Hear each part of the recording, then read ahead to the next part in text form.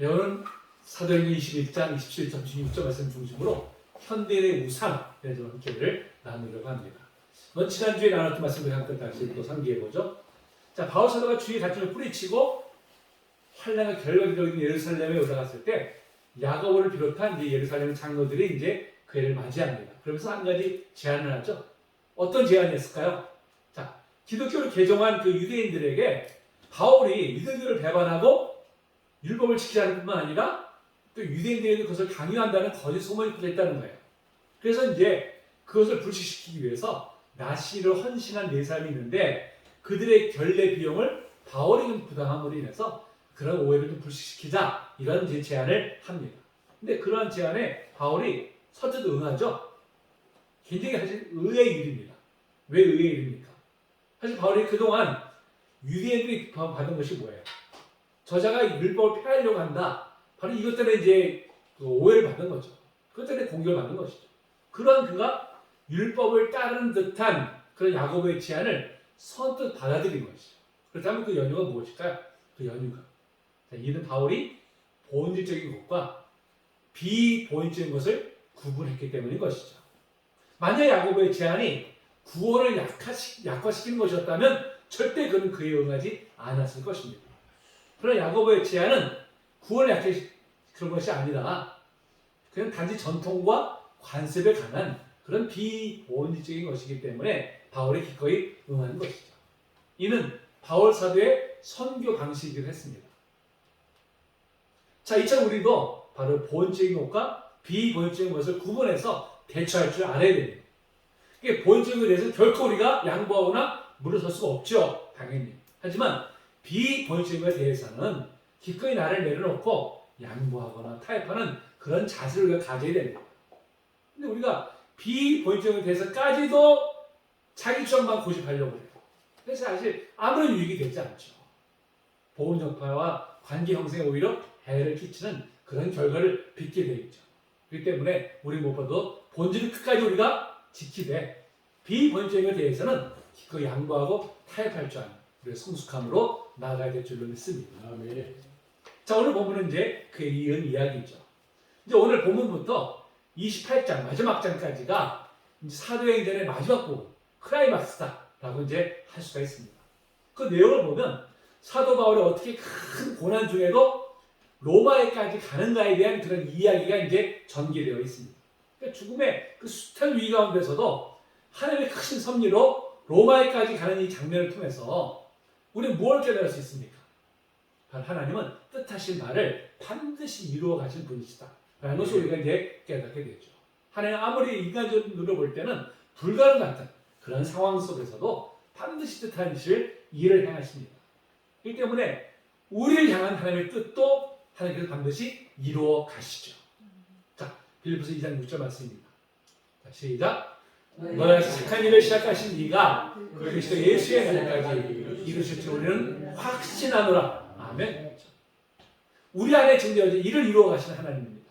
우리가 온전히 신뢰하는 저 여러분 되시기를 소망합니다. 아멘. 자, 이 야고보의 제안으로 사람들의 오해를 풀기 위해서 이제 결례를 행한 사람들의 이제 비용을 대신 부담을 했죠. 그런 일을 했는데 바라던 대로 일이 풀린 것은 아니었습니다. 자, 어떻게 됐을까요? 27절에 보니까 아실도 유대인들이 성령 바울을 보고서는 모든 무리를 충동해서 그를 붙들습니다.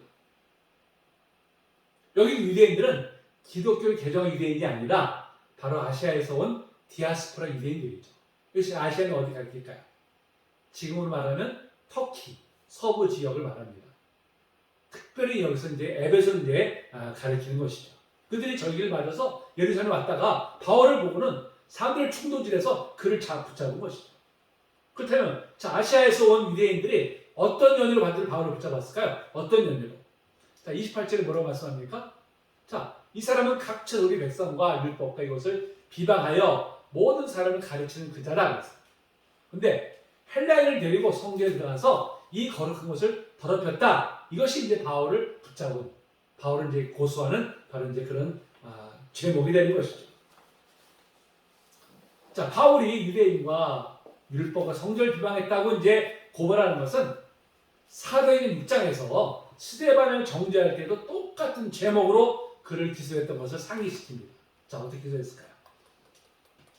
자,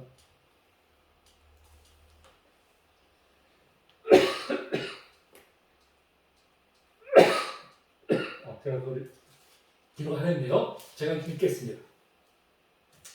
거의 증인들을 세우니 이르되 이 사람이 이 거룩한 곳과 율법을 거슬러 말하기를 마지 아니하는도다. 그의 말에 이 나사렛 예수가 이곳을 헐고 또 모세가 우리에게 전하여준 규례를 고치겠다 하면 우리가 들었노라. 이것이 바로 이제 스데반을 기소한 제목입니다. 그때 스데반을 돌로 쳐 죽일 때 증인도 선 사람이 누구죠? 바울이었죠. 근데 참 놀랍게도 바울이 이 스데반과 똑같은 제목으로 지금 정죄를 받고 있는 것입니다. 자, 바울이 자신이 정죄한 그 제목으로 똑같이 정죄를 받는 연유가 무엇일까요? 그 연유가 그 스데반을 돌로 쳐 죽이는 현장이 있을 때까지만 해도 그는 이 나사렛 예수와 그를 추종하는 이 사람들은 모두 다 이단, 그들은 죽이는 것이 하나님을 신실하게 섬기는 것이다 라고 그는 확신을 했죠. 자, 그러나 바로 예수님 자를 잡아들이기 위해서 담에서 가는 도중에 어떻게 했어요? 예수님을 만나게 됩니다. 부활하신 예수님을 만나게 되고 그로 인해서 그 인생은 송두리째 바뀌고 말았습니다. 아멘. 완전히 역전된 것이죠. 그리고 이제 자신이 오래전 기소했던 바로 동일한 제목으로 기소를 당하는 그런 입장에 이제 서게 되었습니다. 아마도 바울이 고발을 당하면서 순간적으로 그가 있었던 일들이 내리를 스쳤을 것입니다.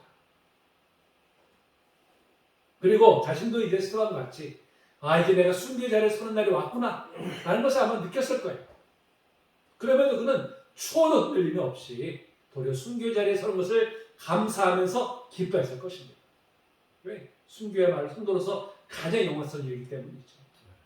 그의 얼굴은 스데반이 돌로 맞아 죽어가면서도 천사 얼굴과 같이 환히 빛난 것처럼 아마 그렇게 환하게 변했을 것으로 그게 이제 확신할 수가 있습니다. 자, 또 유대인들은 바울이 이방인을 성전 안으로 데리고 들어오므로 성전을 더럽혔다라고 이제 주장을 하죠. 이 당시 예루살렘 성전이 크게 이제 지성소와 그리고 내성소 그리고 외성소로 이제 나뉘어져 있었습니다. 근데 이 외성소에는 이방의 뜰이라는 것이 있어요. 그래가지고 이방인들은 거기까지만 딱 들어갈 수가 있었습니다. 근데 만약 이방인이 이방의 뜰을 지나가지고 내성소에 들어가려고 하면 죽임을 당했어요. 실제 당시에는 내성소 입구에 이러한 경고문이 헬라어와 라틴어로 쓰여 있었다고 합니다. 내용이 보니까요. 다른 민족 사람들이 이 구역을 넘어 성전 안으로 들어갔다가 붙잡히면 누구더라도 죽음을 당할 것이며 그것은 자신의 책임이다. 이런 글이 이제 쓰여졌다고 해요. 근데 이런 경고문이 세계적인 돌비서 실제로 1871년에 고고 확정돼서 발굴이 되었고요. 지금 터키 이스탄불에 있는 고고 박물관에 이제 보관이 되어 있다고 합니다. 그러니까 이방인들이 뜰을 넘어서 성전에 들어가면 누구라도 돌로 쳐 죽여도 좋다고 하는 규정은 모든 이방인에 해당되는 거예요. 이거는 로마 당국도 인정을 해준 것입니다. 당시 로마가 이 유대인들의 반발을 최소화하기 위해서 종교적인 면에 있어서는 아주 포용 정책을 펴고 있었어요. 상당한 자유권을 부여를 하고 있었습니다. 자, 그런데 바울이 바로 그것을 어기고는 이방인을 성전으로 데려가서 성전을 더럽혔다는 것입니다. 근데 그게 사실일까요? 사실 아니면 우리가 알죠. 어떻게 알 수 있습니까? 자, 29절 보니까 이는 그들이 전에 에베소 사람 드로비모가 바울과 함께 시내이스를 보고 바울이 그를 성전에 데리고 들어간 줄로 생각함이라 했어요. 실제 들어간 게 목격한 것이 아니라 바울이 시내에서 이방인으로 같이 다니는데 저렇게 다니니까 성전 데리고 들어갔구나. 그렇게 그냥 생각해버린 거예요. 명백히 가짜뉴스죠. 가짜뉴스를 가지고 이제 그를 고발하고 있는 것이죠. 그럼 이게 정말 가짜뉴스는 어떻게 할 수 있을까요? 여러분, 만약에 이게 사실이라면 바울뿐만 아니라 바로 드로비모도 함께 고발당해 마땅합니다. 그렇지 않습니까? 그런데 지금 드로비모 있어요? 없어요? 그 자리에 없잖아요. 바울만 고발하고 있잖아요. 이걸 보더라도 드로비모가 성전에 들어간 것은 가짜뉴스다라는 것이 이제 명백한 것이죠. 자, 그런데도 왜 유대인들은 있지도 않은 사실을 가지고 바울을 고발하고 있을까요? 아무런 죄도 없는 그의 생명을 빼앗으려고 이처럼 거짓으로 그를 뭐라 하고 있을까요? 무엇 때문에? 바로 바울에 대해 가지고 있었던 적대감 때문이었습니다. 유대인들은 바울이 민족을 배반하고 자신의 율법을 폐기하며 성전을 헛된 곳으로 만들려는 그런 배반자라는 인식을 가지고 있었어요. 그렇기 때문에 그를 마땅히 죽일 자다 이렇게 여기고 있었던 것이죠. 그래서 어떻게 하든지 그를 올가매가지고 그를 죽이고자 하는 그런 마음으로 이제 가득 차 있었습니다. 그렇다면 과연 바울은 그들이 생각하는 대로 민족의 배반자이고 유대교를 무너뜨리려고 했었을까요? 아닙니다. 바울은 자신이 구약 성경 기록된 모든 것을 다 믿고 하나님 온전히 믿노라고 증언하고 있어요. 자, 사도행 24장 14절 15절입니다. 시작. 네, 이것을 당신께 고백하리이다.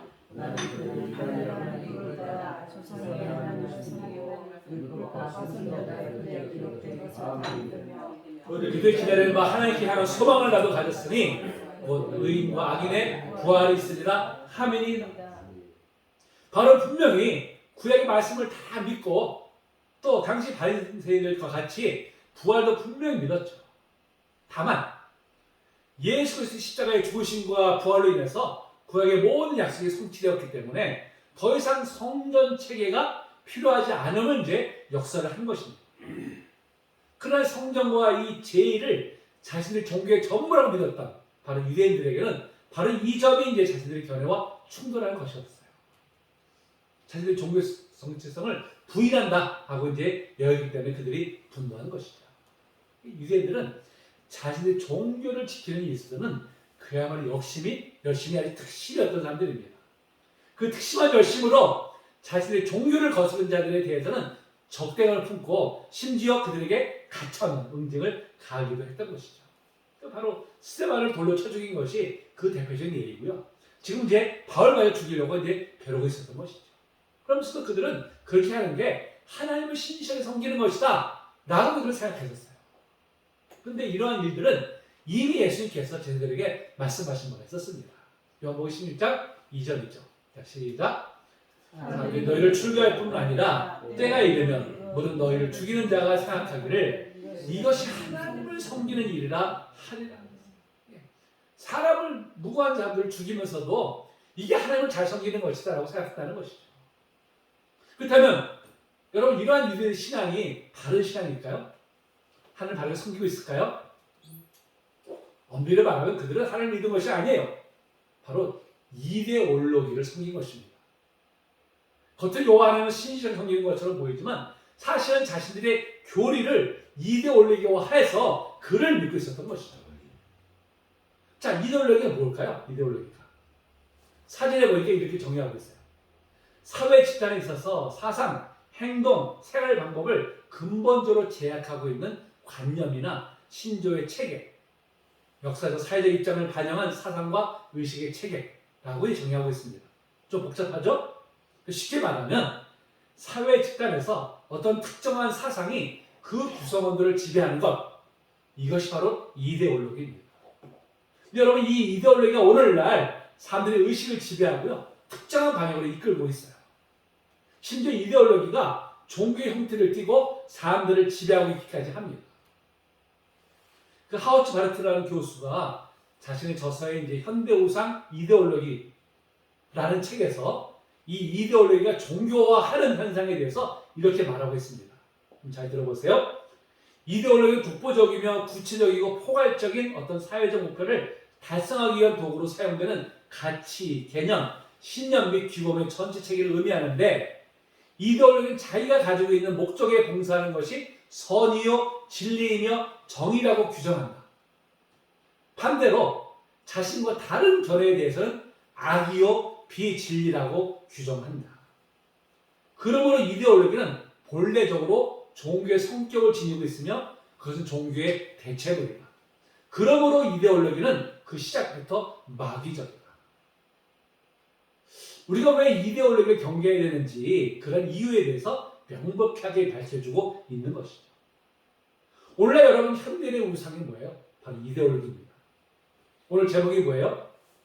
현대인의 우상이죠. 자신이 믿고 추구하는 사상, 신념, 주의, 철학이 곧 신앙이 되어버리는 그런 시대입니다. 이런 자신이 믿는 이데올로기 내에서 세상 곳곳에서 전쟁이 끊이지 않고 있어요. 국가와 개인이 양극단에 서서 대립을 합니다. 개개인의 존중되어야 될 인격과 주의와 주장이 서로의 사상이 다르다는 이유로 인해서 매도되고 인격이 무시되고 급격히 인명을 살상하는 그런 일에까지 이른 시대가 되고 만 것이죠. 그야말로 이데올로기가 신앙을 대체하고 있는 현상입니다. 겉으로는 종교 신앙 같은데 사실은 속내로는 이데올로기를 숭상하고 있는 것이죠. 그렇다면 여러분 참 신앙과 이데올로기를 숭배하는 것을 어떻게 구분할 수 있을까요? 어떻게? 지난주에 제가 신앙의 본질에 대해서 말씀드렸습니다. 신앙의 본질이 뭐라고 말씀드렸죠? 신앙의 본질이 생명과 사랑이라고 했습니다. 그렇죠? 생명과 사랑. 신앙이 추구하는 최종 목적지는 바로 생명을 살리고 사랑을 실천하는 것이죠. 자, 어떤 청년 예수님께 와서 가장 큰 계명이 무엇입니까? 라고 질문하죠. 예수님께서 뭐라고 답하셨어요? 마가복음 12장 26절입니다. 자, 시작. 예수께서 대답하시되 첫째는 이것이니 이스라엘아 들으라 주 곧 우리 하나님은 유일한 주시라. 내 마음을 다하고 목숨을 다하고 뜻을 다하고 힘을 다하여 주 너의 하나님을 사랑하라 하신 것이요. 둘째는 이것이니 내 이웃을 내 자신과 같이 사랑하라 하신 것이라. 이보다 더 큰 계명이 없느니라. 하나님을 사랑하고 이웃을 사랑하고 내 몸을 사랑하는 것이 뭐예요? 가장 큰 계명입니다. 구약에 총 613개의 율법이 있어요. 근데 그걸 딱 두 마디로 요약할 수 있죠? 바로 하나님 사랑과 이웃 사랑입니다. 그럼에도 그 근본적인 우리가 진리를 망각하고 어떤 특정한 교리만을 가지고 사람들을 판단하고 배척하고 비판하고 정죄한다면 이건 신앙의 본질을 훼손하는 행위죠. 그리고 그 교리 자체를 바로 이데올로기화해 버린 것입니다. 그런 사람은 겉으로 하나님을 아주 신앙 같아요. 자성이 같지만 사실은 이데올로기를 추종하고 있는 것입니다. 여러분 오늘 종교의 이름으로 사람을 증오하고 배척하고 심지어 죽이는 일들이 일어나잖아요. 종교의 이름으로. 과연 그것이 종교를 신앙하는 것입니까? 종교를 믿는 것입니까? 아니죠. 이데올로기를 숭배하는 것이에요. 이데올로기가 바로 우상이 되어버린 것입니다. 그러면서 유대인들이 신앙의 본질을 망각한 채 특정한 교리를 가지고 사람들을 구분짓고 자신들의 뜻에 벗어난 사람들을 증오하고 핍박하고 죽이기까지 하는 것은 바로 그들이 참 신앙을 가진 것이 아니라 바로 이데올로기라는 우상을 바로 숭배하고 있음을 증명하는 것입니다. 근데 여러분 그러한 일들 현상이 비단 유대인만이 아닙니다. 오늘날 기독교 안에도요 그러한 일들이 일어나고 있어요. 신앙의 본질을 망각한 채 특정한 교리나 사상을 잣대로 삼아가지고 사람들을 구분짓고 배척하고 중화하는 일들이 얼마나 많이 일어나고 있는지 모릅니다. 신앙의 본질은 생명을 살리고 사랑을 실천하는 것이면 이를 망각하고 있어요. 겉으로 볼 때는 그런 사람들이 하나님에 대한 열심이 정말 특실인 것처럼 보입니다. 실제로는 그것을 하나님을 신앙하는 것이 아닙니다. 이데올로기를 숭배하고 있는 것이죠. 여러분 그런 면에서 우리는 과연 참 신앙을 가지고 있는 것일까요? 아니면 어떤 이데올로기를 우상으로 숭배하고 있지는 않을까요? 여러분 우리 믿음을 우리가 그래서 우리가 점검해 봐야 됩니다. 수시로 점검해 봐야 돼요. 나는 하나님 잘 믿고 있어. 여러분이 착각일 수도 있습니다. 얼마나 두려운 일입니까? 자, 고린도서 13장 5절이죠. 자, 시작. 너희는 믿음 안에 있는가? 너희 자신을 시험하고 너희 자신을 확증하라. 예수 그리스도께서 너희 안에 계신 줄을 너희가 스스로 알지 못하느냐? 그렇지 않으면 너희는 버림받은 자니라. 우리가 정말 참 믿음 안에 있는지 우리가 수시로 점검해 봐야겠죠. 나는 삶이 잘 믿었다고 생각했는데 훈련처럼 섰을 때 내가 너를 도무지 알지 못한다고 말씀하신다면 여러분 그보다 황당한 일이 어디 있겠어요? 얼마나 기가 막힌 노릇이죠. 우리 무엇보다도 계속해서 우리 신앙의 본질을 찾아야 됩니다. 신앙의 본질을 추구해야 되죠. 누군가를 자신의 잣대로 판단하고 증오하는 것은 신앙의 본질에서 벗어난 행위죠. 우리가 신앙의 본질인 바로 생명을 살리고 사랑을 실천하는 것을 우리가 확고히 붙을 때 그럴 때 우리는 이데올로기라는 우상 숭배에서 자유롭게 될 줄로 믿습니다. 아멘. 자, 유대인들이 바울의 이제 폭력적으로 막 붙들자 성전의 수비대가 성전을 확 잠궈버려요. 3주째 말씀이죠. 자, 온 성의 소동하여 가슴에 달려 모여 바울을 잡아 성전만 끌고 나가니 문들이 곧 닫히더라. 여기 문이라는 건 바로 성전 문을 말하는 것입니다. 그러니까 성전 안에서는 소동이나 폭력이 일어나가지고 피를 흘리는 일이 있으면 안 되죠. 성전을 더럽히는 일이기 때문에. 그래서 이제 바울을 성전 밖으로 끌어내고는 문을 닫은 것으로 이제 이렇게 보입니다. 그러나 무고한 피를 흘리는 것을 막는 것보다 성전의 거룩함을 우선하려고 하는 그들의 태도부터가 바로 그들도 성전이라고 하는 이데올로기를 숭배하고 있었음을 바로 증명을 행인 것이죠. 자, 이렇게 바울은 그동안 여러 성에서 성령께서 알려주시고 선지자들 예언한 것처럼 결국 결박되고 끌려가는 이제 환난을 당하게 되었습니다. 예언이 바로 성취된 것이죠. 그런데 안타깝게도 바울이 결박된 것은 절대적으로 뭐예요? 잘못된 정보, 잘못된 오해에서 비롯된 것이죠. 사도 바울이 예루살렘 시내에서 이방인과 함께 있었던 것을 보고서는 저거 시내에 함께 있었으니까 성령 데려갔을 것이다. 이런 식으로 막 사람들을 선동합니다. 근데 사람들이 어떻게 했어요? 이게 사실인지 알아보지도 않고서는 어떻게 그럴 수 있냐 막 흥분하면서 이제 온 성이 떠들썩하게 소동을 합니다. 그리고 이제 바울을 향해서 막 벌떼처럼 몰려들어가지고 그런 이제 공격을 하죠. 이게 뭐예요? 군중심리라고 하죠. 군중심리. 여러분, 군중심리에 휩쓸리게 되면요, 합리적인 사고나 이성은 온데간도 없이 사라져요.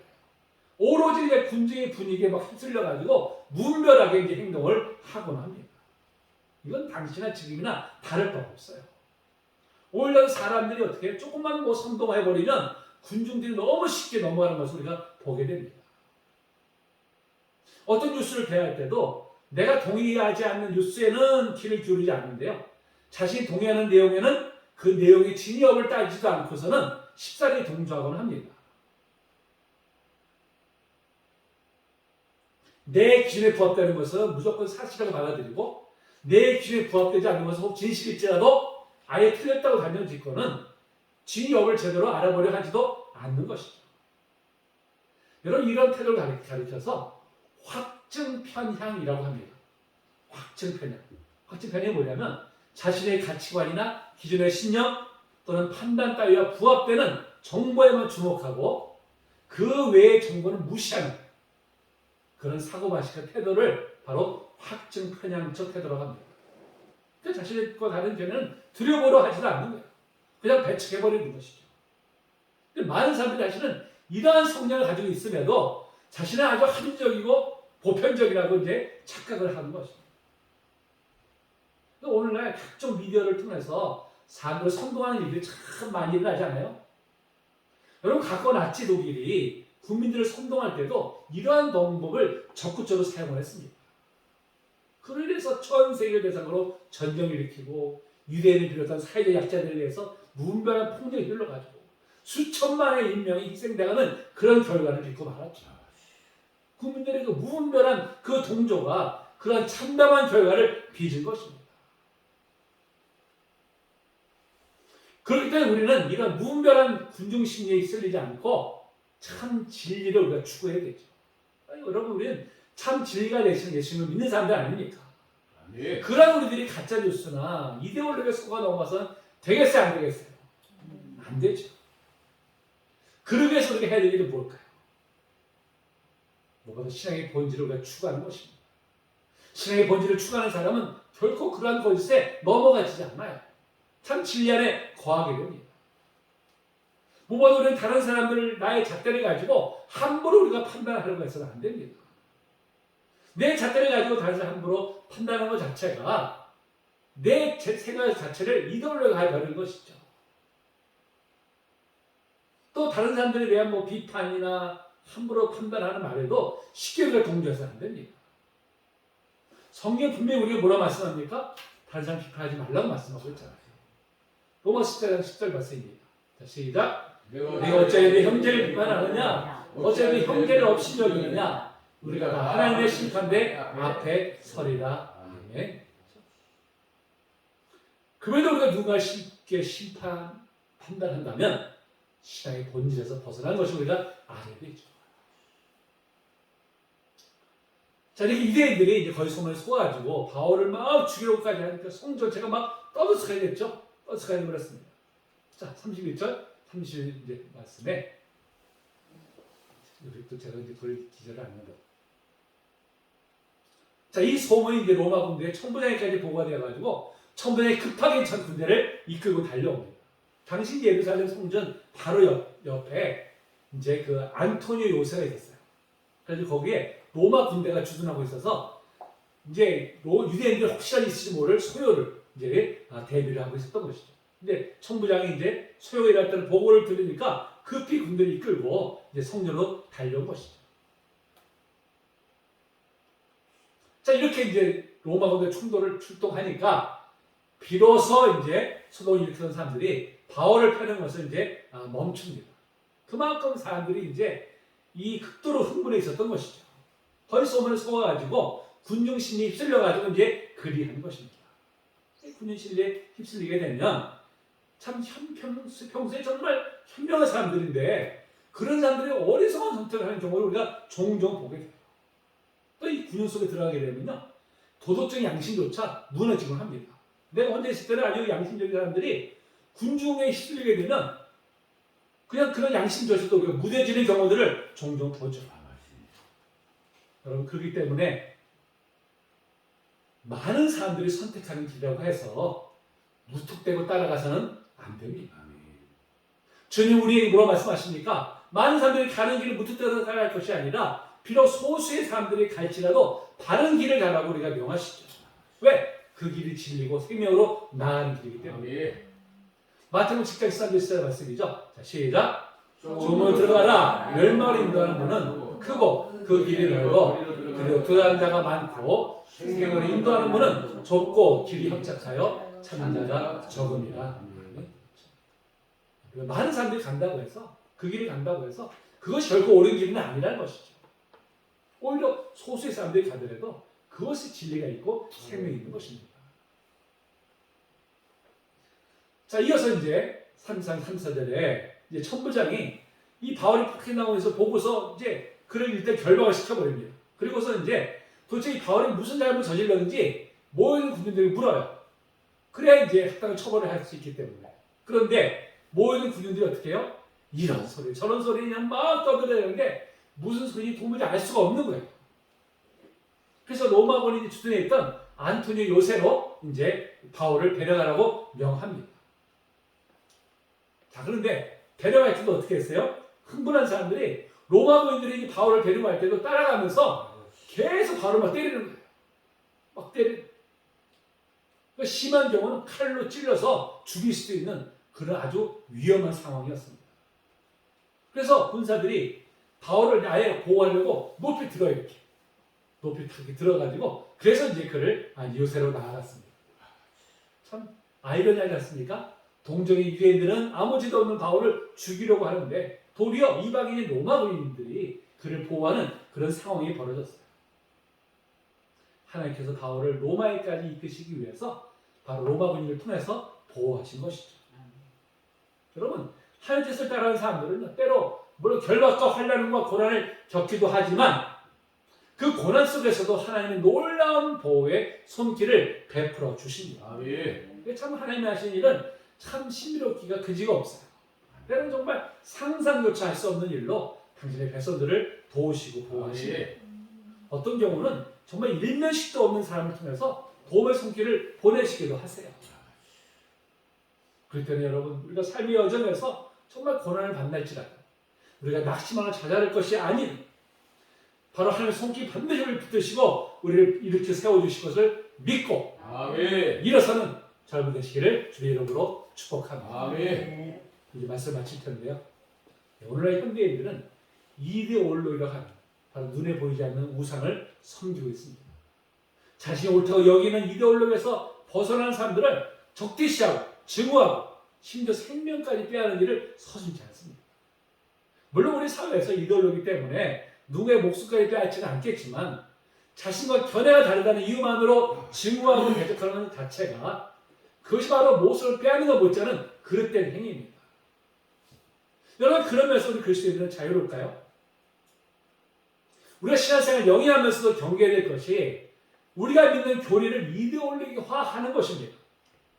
교리를 이데올로기하게 되면 신앙의 본질에 벗어나서 그릇된 길로 가게 되어 있어요. 그러면서 우리는 잘못된 길로 간지도 모른 채 이것이 하나님 잘 섬기는 것이라고 그렇게 우리가 생각할 수 있습니다. 여러분 이데올로기의 우상에서 벗어나서 신앙의 본질을 찾는 것은 어떻게 해야 될까요? 누군가 자신의 잣대로 함부로 판단하지 않는 것입니다. 나와 견해가 다르다고 해서 비판하고 정죄하는 일을 하지 않는 것입니다. 그리고 다른 사람들 나보다 낮게 여기고 존중하는 일에 힘쓰는 것입니다. 그럴 때 우리는 이데올로기의 우상 숭배에서 벗어나서 참 신앙으로 나아가게 될 줄로 믿습니다. 이것을 실천함으로 늘 하나님을 신실하게 섬기는 저희들 되시기를 주님의 이름으로 축복합니다. 아멘. 우리